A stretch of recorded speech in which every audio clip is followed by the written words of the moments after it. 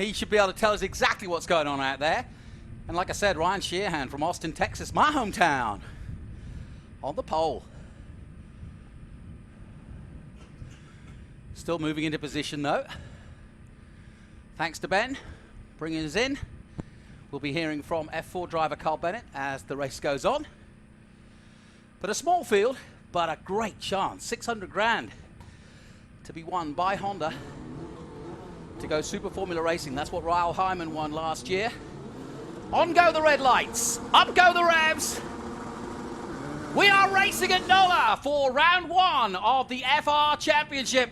Away goes Ryan Shehan, covering his position from the pole. Nick Persing, who was in the last race, funnily enough in Radical, says he's been working out. He certainly knows the track. He's been out there most of the day. But a good clean start. And Carl, what's the key to racing here at NOLA? Because it's tough out there. I mean, there's not a lot of places to overtake, and it's bumpy. Yeah, you really just want to make sure you're on the limit as soon as you get off the line. It's going to be real tricky because the tires aren't up to temp, but you really just want to make sure you have every single bit of time, you know, just going as fast as you can, really. Good start from Ryan Shehan. He's pulling away from the pack already, and they won't want to let him do this because Ryan, well known for his metronomic way of racing. He just goes about it group after group. Good start from Callum Hedge. Hit a bit of dirt there, but he's made up a place. He's up to 3rd place now, is the Kiwi. Runner-up in the Toyota Racing Series down in New Zealand just 5 weeks ago. A former champion in '86 and in lower formula. And will be racing, in fact, for Earl Bamber in Porsche as well this season. So he's already done 1 season. He's starting another one now, and he's going to do a 3rd one before he's done with the month. Pretty impressive stuff. So these guys like racing. Nick Persing doing 2 races in 1 day. Callum Hedge doing 3 seasons in one season. And one thing I just love about these series with F4 and FR is just seat time. You know, if you're really trying to develop drivers, Scott Goodyear, you just can't find a better driver coach, driver development person than Scott Goodyear. We go side by side, number 39 and the 3 go at it. Yeah, that's Bryson good. Morris and Hayden Bowlsbey. Hayden Bowlsbey from New Orleans hit tire to tire. Yeah, Hayden Bowlsbey came up and did a commentary with me earlier today, so he has got his tail up. He's been 3 years in Formula 4, and this is his 2nd run at FR, so really looking forward to this. Listen, it's wheel-to-wheel action, great stuff. And Callum Hedge learning how America goes for the first time, and he's up against returning driver Oliver Westling from California for Janzen Racing. But it is Shehan, Persing, Hedge, Becklin, Westling, Morris, Bowlsbey, Roza from Mexico City, Roza, as is rightly pronounced, Hewitt from Houston, Texas, Janzen and Hill. That's your lineup. Well, Carl, what are you seeing out there? Because I saw you reach for the brakes with your foot there, and you kind of got really into it. So what are you seeing from a driver perspective? Well, I just wanted to mention, I mean, man, I can feel how loose the cars are out there. Yeah. Like, I saw that Janzen really kicking a little oversteer there, so I guess maybe my feet kind of just went by itself. But, yeah. No, it's good. You live it, mate. How grippy is the track? Because it doesn't get used as much as some tracks do, and there's a lot of track days here and a lot of tough weather as well. I have a feeling the grip isn't as good as last year. That doesn't mean the track is worse necessarily. You know, a challenge is always nice. But our times in qualifying are slower than last year's times anyways. So, yeah, the grip I think is pretty interesting, and it's been changing, so adapting is important. Now, in these FR cars, they were talking about they have a little bit more downforce and turbo than the F4 cars, and passing becomes interesting. We were talking to Ernie Francis Jr. about that. That's a little bit harder to pass. So coming into 1 down that long straight, that seems to be the place to go, maybe 3. But then if you pass at 3, you might set yourself up poorly for turn 4, which they're coming to now. Where are the passing zones for you? For me, I'd say turn 1 definitely is a passing zone. Turn 3, turn 4. After the S's, and yeah, mainly those are the places where you can pass, you know, the heavier braking zones. And Jonathan, I know you got to be just super excited to see the FR, F4 season start. You love these open wheelers. Yeah, I do, because what you're seeing here is a glimpse into the future, whether you're an IndyCar fan or a Formula One fan. Remember, this is an FIA championship for 18 super license points. So very valuable indeed. The guy leading at the moment, Ryan Shehan, has been with the F4 championship the last couple of years and stepped into FR, got pole position today, but he's chasing more points. Oh, somebody's spinning there. And that's the number 3 spinning round. Hayden Bowlsbey, the local man, getting it wrong at his own track. But meanwhile, the lead of the man I was just talking about, Ryan Shehan, is increasing. He's doing a good job at the moment. He got a great start. And like I said, he's metronomic in his lap pace. He just doesn't waver from that. Saw that in New Zealand with him. And he's just very, very precise about his racing. Doesn't take risks that aren't needed to be taken. Meanwhile, Oliver Weston, Callum Hedge continuing their battle. Hedge just in front of him in the 17. I was seeing smoke coming out of the rear of the car as they were coming through 15 there. And that's where the car looped around. So I'm not sure if maybe somebody's dropping something, but you can really see the bumps. There's a part where the inside tire is fully elevated from the track. Are you feeling that in the car? Yeah, I'd definitely say in the F4 cars, we can feel the bumps and everything. So yeah, it is quite a bumpy track. This is the first of 3 races in the weekend, so that's another thing. It's all about self-preservation as well. You don't want to get into trouble in the first race. You want to make sure that the tires underneath you are working and that everything is going according to plan. And you certainly don't want to get into a tussle, not in this first race, and cause damage that you don't need. That said, it looks as though Hedge and Westling are going for an almighty fight here in 4th place. They dropped a few places. Hedge was up to 2nd at one point, dropped down to 3rd, and now he's battling just to stay in 4th place here. Becklin ahead of them, then Persing in 2nd place. Shehan has gone. A replay of the spin coming up here in just a little bit. So now we're going to get to the bottom of the spin. Here we go then. Carl, we'll see your genius on this. That's a tough one, isn't it? Yeah, it's real tough. I'm not sure what happened, but it definitely looked like he just lost it on the entry, and the rear just came around. I think maybe it could have been the bumps. You know, those that definitely makes it very tricky. So the race settling down now and starting to spread out as well. The leaders, Shehan with just just under a second, half a second over ahead of Persing, but the real battle is here between Callum Hedge and Oliver Westling. Westling going round the outside of Callum Hedge. Look, it's great racing. And remember, this is the first race of the season. Hedge had an engine issue in qualifying because he'd been at the top of the times with Shehan, his teammate, throughout practice, but had some problems in qualifying, and really enjoying working with the Crosslink Kiwi team, and of course a home team for him, having just raced at home.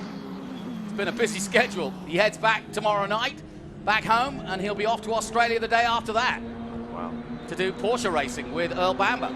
Now that's Bryson Morris, who did really well in our championship last year in F4. Yep. Moved up to FR, and I expect him to have a really great FR season this year. I know him to be a really good, talented, smooth driver. So once these F4 drivers get used to this new FR platform, they seem to get really fast, don't they? Yeah, and it's interesting. You've got the likes of Bryson Morris and Nick Persing, Oliver Westling, Hayden Bowlsbey, all coming back to this series, but weren't big, big I-ams last year. And then you've got the likes of Ryan Shehan coming up from F4. He was in contention for the title throughout most of the year, all the way to Coca. Mathematically, it went wrong at VIR for him.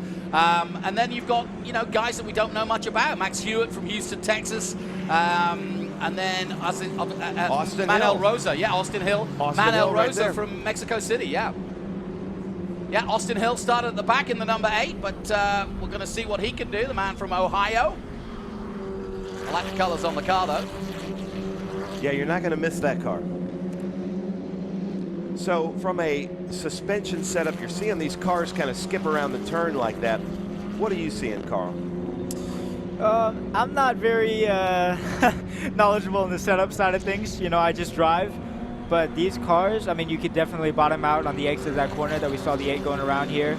You really don't want to bottom out like a, yeah, you just want to make sure you're on the right places, putting the car where you want it to be.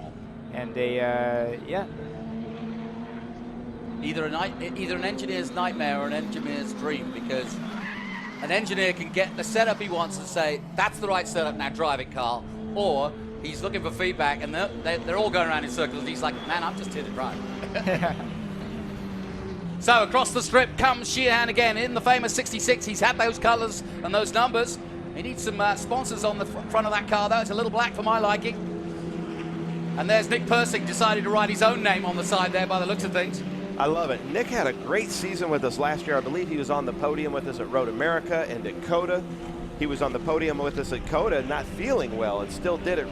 Still had a fantastic race. So looking for big things from Nick Persing, and we're seeing going right from a Radical into this FR. He is in it to really get as much seat time as possible. Yeah, it must be a completely different car. As you heard it when I was talking to him on the grid, he was saying, I've had to really work out because I knew I'd hit this situation. He literally didn't get to the podium. That's how much time he had. He had to miss the podium to get to his car to get out there. But yeah, he's a great character, and I wish him well. And you heard I asked him whether it was his season, because he's another one that's returning and looking to make this a big season. And there is a lot on offer for these guys. And don't think for 1 minute that the IndyCar teams and the FIA F3 teams and the teams around the world who are watching this on the live streams aren't looking for young talent to put in their cars. And this is where they look.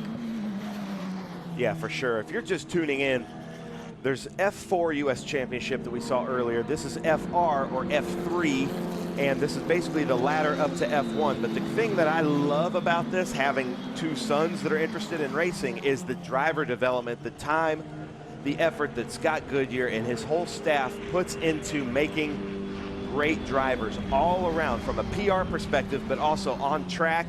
And there's a difference between a fastest lap and racing laps. And I love the approach that Scott Goodyear takes with each of these drivers. Yeah, and in many ways, and I don't know if Carl would agree, but these informative years in F4 and FR are really what makes and breaks a good driver. It's expensive. You don't get a lot of time on track, but the time you get must be used wisely. I heard Scott in the driver's briefing saying, listen, you know, we're here to learn, and if you crash in the first corner because you're really trying too hard, then you're not going to learn anything, and you're going to waste your weekend and your mother and your parents, you know, money. And so, you know, it really is that if you can come through this clean and learning every lap and every weekend, then you're going to go good, and you're actually got a future in this.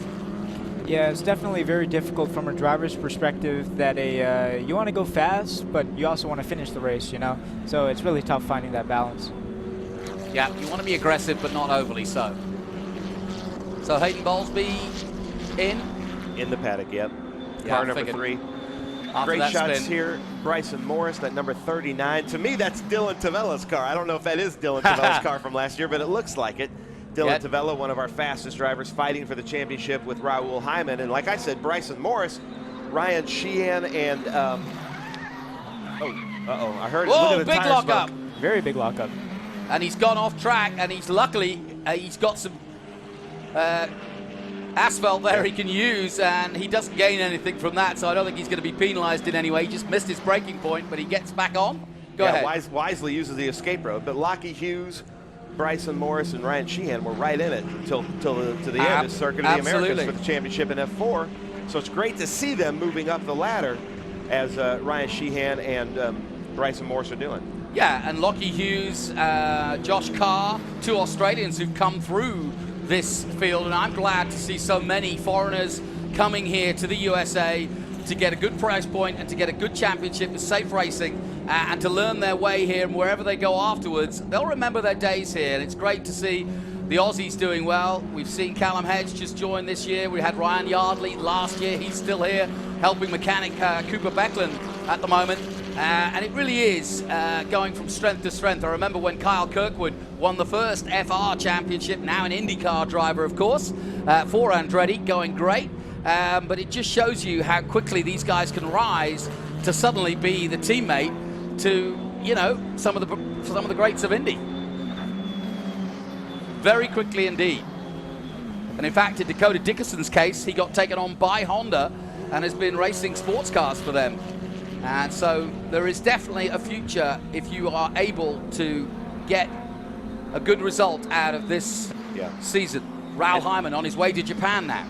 And speaking of driver development, like our good friend, you know, 6-time, 7-time champion in Trans Am, Ernie Francis Jr., that did one season of FR and now is doing Indy next. He couldn't believe, and I couldn't believe he said this because I thought the Trans Am cars were super rough. He couldn't believe how physical it was in the first couple races, and he's had to really boost his endurance and the shape that he's in to race these open wheel cars just because of the G-forces. Have you experienced that yet? I'd say in NOLA, the last corner definitely can take out your arms. And in my opinion, this actually is one of the most physical races of the season. But I mean, we'll see with the changes in grip this year. Maybe that could happen at other tracks, and then it becomes physical also. Well, Road America is now glass smooth. They've just repaved all of Road America, so that we should be setting some records with that one. Well, that'd be fun. We're looking at Callum Hedge on track with the Giltrap Group and his sponsors that he had in New Zealand. You can see the Kiwi Driver Fund, Tony Quinn, owner of 3 circuits down there, and they'll be tuning in New Zealand to see how he goes. A lot of high hopes for him. He's following a series of great Kiwi drivers. I mean, look at Indy this year. You've got Marcus Armstrong, who came from the same series that Callum came from. In fact, 2 series that Callum came from. Then you've got Scott McLaughlin, of course, who did most of his driving in Australia in supercars, and Scott Dixon, who came through the ranks in New Zealand. And so we've got 3 Kiwis at the top of Indy right now, and many more underneath. You've got people like Jacob Douglas racing on the road to Indy and several others. So the Kiwi advance continues here, and Callum's just the next off the boat, if you will. I love these shots going through Mission Foods turn 15. You can really see when they come out of that rhythm section S's, you can kind of see how the downforce is keeping them planted and then hard onto the brakes for that right-hander. This is a pretty technical track. Yeah, I would say so. I would say it's technical. If I had to say which part is the most technical part, maybe I'd say that last sector. So yeah, when you have that big braking into turn 13, I believe it is, and then you've got the left-hander, and then just the last few bits. Yeah. We're taking a look at the 12 of Roza, Manuel Roza of Mexico City. His family here, mother, father, watching him race, and they all came with their hats for the weekend. And he was telling me about the Mexican scene, saying that basically, unless you sort of get out of the NICAM or NACAM series, the F4, and move away from Mexico, really your single-seater options are totally limited in Mexico. And of course, he's trying to follow in the footsteps of a Pato Award and many others to see what he can do. And he's just a teenager, so this is the right time to come. And we wish him well. His first outing in the number 12. Somebody locking up there. Yeah. By the way, we've hardly seen Shehan, but we shouldn't, because he's 7 seconds up the road at the moment. And when you're having an easy time of it, or at least dominating the race, you don't get a lot of TV time because we're always looking for the battles. So Shehan controlling this race from Nick Persing. The gap already quite a mountain to climb for Persing and Becklin in 3rd place. 2.5 seconds at the the There is Persing in second. Whoa. Look at his hands. He's way off wide there. Wide there. You he saw was him fighting lock up his fronts. Nick Cooper Persing side by side. Yep, Cooper Becklin will take advantage of that. Thank you very much. Nick Persing making a big mistake there, and the battle's on, and this is only going to play into Ryan Sheehan's hands. Originally from Horseshoe Bay, the Austin Texan. Cooper Becklin was with us last year and had a great outing with us at COTA last year, but did a lot of the races in the season, so it's great to have him back. But speaking of the season and the championship, Carl Bennett, you couldn't be in a better seat right now than winning the first race. So now approaching for a championship, what's your approach into race 2 and 3 of this weekend? Just replicate what I did in race 1, really. There you go. That's the answer. Yeah. How do you feel? What are your ambitions? What would you like to do in five years from now? Where would you like to see yourself? I mean, any professional racing is real nice. I'd say my main aim at the moment is Formula 1. Yep. But yeah, just something that I can do professionally. Who's your man in Formula 1? Who do you look up to? Well, it's got to be Albon, right? I mean, as a Thai, it's a pretty big thing, you know, in Thailand. Alex Albon, everybody, you know, loves him. He's a pretty cool guy. But I got to be honest with you. I feel like every single day I'm having to just change who's my favorite. I like them all. I love it. That's great. Carl Bennett talking to us. He, of course, an F4 driver, an American tie, as Ben mentions. And yeah, I spent a lot of time doing racing in Asia. Some great talent over there too. And the Thais love their racing. This is Kevin Janzen. He was with us a lot last year. Really fun to have him out there. He's slightly older than some of the other competitors. Definitely older than everybody else, but in better shape than some of the other drivers in the field too. He loves his racing though, absolutely. And this is not an easy car if you're not a youngster and can be thrown around. As you say, very physical indeed. The thing about these cars is that, you know, they want them as stiff as possible so that the downforce works and they go as fast as possible, but that doesn't make it a comfortable ride. If you put your regular car springs on this, it would be slow. Yeah, and those hand-cooked tires are doing a really good job of gripping, but they don't get the grip when the car's skipping across the turns like that, making it really difficult to drive. Well, I mentioned that Ryan Shehan's not getting a lot of TV time, and the reason is he's 6 seconds up the road as Persing and Becklin started to do their fight. That just played into Shehan's hands, as I thought it might, and he is off to the races quite literally as we continue to look at Janzen coming down the front straight now.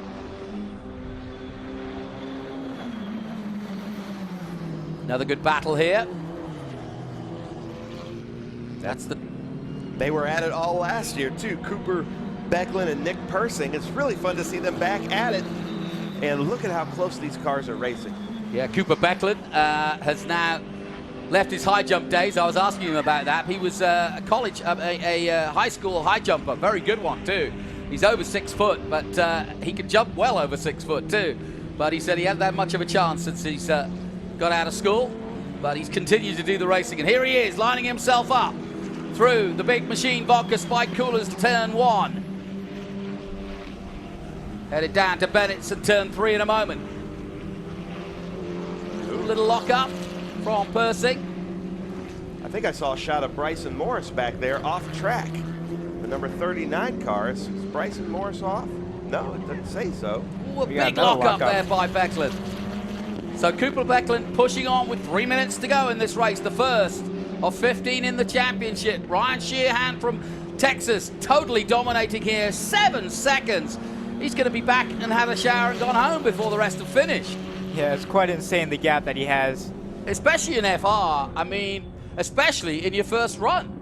I mean, you know, he put on some good results in F4, got some good victories, got some great podiums, was vying for the title, but to come in here with this very strong return E-field of these two included, Persing and Becklin, and then to absolutely dominate the way he is. No cautions, he's just gone for it. Another lockup from Becklin. Is that setup or just pushing? I'd say that's just pushing, you know. When you're so close to the other driver, it's really, really difficult to be able to focus on just what you need to do. And I would say you definitely get more inconsistent. I'm not too sure what how much aero wash these cars have, but I'm sure it's quite tough to drive, you know. Well, we just got a glimpse of the leader going through his shot there. That's how far ahead he is. He's already going into turn 1 while the battle is on for second and third. 2 minutes left, and Cooper Becklin jigs out now to get alongside, but he's not going to do it this time. Persing's got the better line, and Persing holds on. Some good racing room, though. Really good. Persing must be feeling it now, though. This is his, well, he's been out on track for an hour now. In fact, longer than that, because the Radical races are some 40 minutes. These are 30 minutes. So he's been sat in a hot cockpit for the best part of just over an hour now. And those Radicals are very physical as well, so he's getting beaten up this afternoon. Yeah, he was in the thick of it there, too. Having a great battle. He's going to continue to do that as well, so good for him. There is a car off at turn 4, I saw. Unless we're seeing it so fast, maybe that's the corner worker's car, but I think I saw an orange car. No, there's a lot of dust flying up. A lot of dust there, yeah. So, yeah, I think that's probably the reason. This should be our white flag lap here. Yeah, we're getting down to the business end. Shehan with a 7.6. And I can't remember a race that has been so dominated in Formula Regional in a long, long time. He didn't get a win in New Zealand, but he came darn close, got a couple of podiums, and I think finished in the top 10, got himself some super license points. And this will be a big haul of points here. Here he comes to take the white flag. Young Ryan Shehan of Austin, Texas. I'm sure his dad, Doug, will be watching and thinking, oh, I got to get up again early tomorrow and get that sponsorship going. I've raced against Shehan a little bit in F4, and I'd definitely say, yes, he's a talented driver. Good. That's good news, because, yeah, it's a much easier way for you to judge at the wheel. We sit on the outside, and, yeah, we see the results, but we don't see, you know, it's only when you're wheel to wheel where you really give respect and get to understand whether the guy is good or not and whether he's fair or not. And the one thing I know about Ryan is that he's a tough driver when he needs to be, but he's not he's a very fair driver. And like I said, I've described it already. He's very metronomic in his approach, very sated in his, he gets the adrenaline flowing, but he's very calm about his going about his business, and that's exactly what he's done here. Look at this, 9.2 seconds. This is a record in terms of my mind, in terms of Formula Regional, especially for a debut. Absolutely impressive. If this doesn't make some headlines, I don't know what will, but this is a heck of a start to his season. Well, we've got the winner of the first race in F4, and we're watching the winner of FR just stride his way through NOLA. They call it the Big Easy. Well, this was. They'll remember this race as the Big Easy for this man. He's well ahead of Persing and Becklin. Westling in 4th, Morris up to 5th. Hedge has dropped down to 6th place now, just ahead of Roza. Hewitt from Texas is in 8th position, so a couple of Texans out there, but it's this one from Austin, Texas, the home of the Circuit of the Americas, where he fell in love with the sport, and now he loves it more because he's winning, and he wins the first race of the Formula Regional 2023. Ryan Shehan in the 2023 season for Crosslink Kiwi wins in the 66, well ahead of this battle for second, which sees Persing take 2nd place and Becklin take 3rd. Well, it wasn't the closest of races for the win, but Ryan Shehan won't care about that. The more the better. That's the way to race. Absolutely take it to the opposition. And he's been faster. He's fastest or 2nd fastest in most of the free practices, so we knew this was on, but not by this much. So, Carl, what's your preparation tomorrow? Rice Krispies and out there, or 3-mile jog, or what do you do? A lot of my routine before the races, I'd say I'd just be listening to some music. What do you listen to? Ooh. That'd be telling. I really like hip-hop, you know. Okay. Yeah, but I also mix it up with some rock, too. And I've been getting into some reggaeton. All right. So, yeah. Well, we'll send Ben down there. He plays live. He's a drummer. We'll get him down there. We'll get him to rile you up with some. So then, that is how we finish day 1 at the Big Easy, New Orleans in the background. Bourbon Street awaits for those who dare. But for me, it's a pipe and slippers and looking through the results, I think. Well done to Ryan Shehan. Excellent race for him. Doesn't get any better than that. That's just what he wanted. And if he can keep that up, the potential of that Honda prize of going to Super Formula awaits in Japan. Well, that's it for this. My thanks to Carl Bennett. He'll be back in action tomorrow. Ben Sissel will be everywhere, as always, in every shape and form. I'm Jonathan Green. We'll take a short break. We'll be back after this.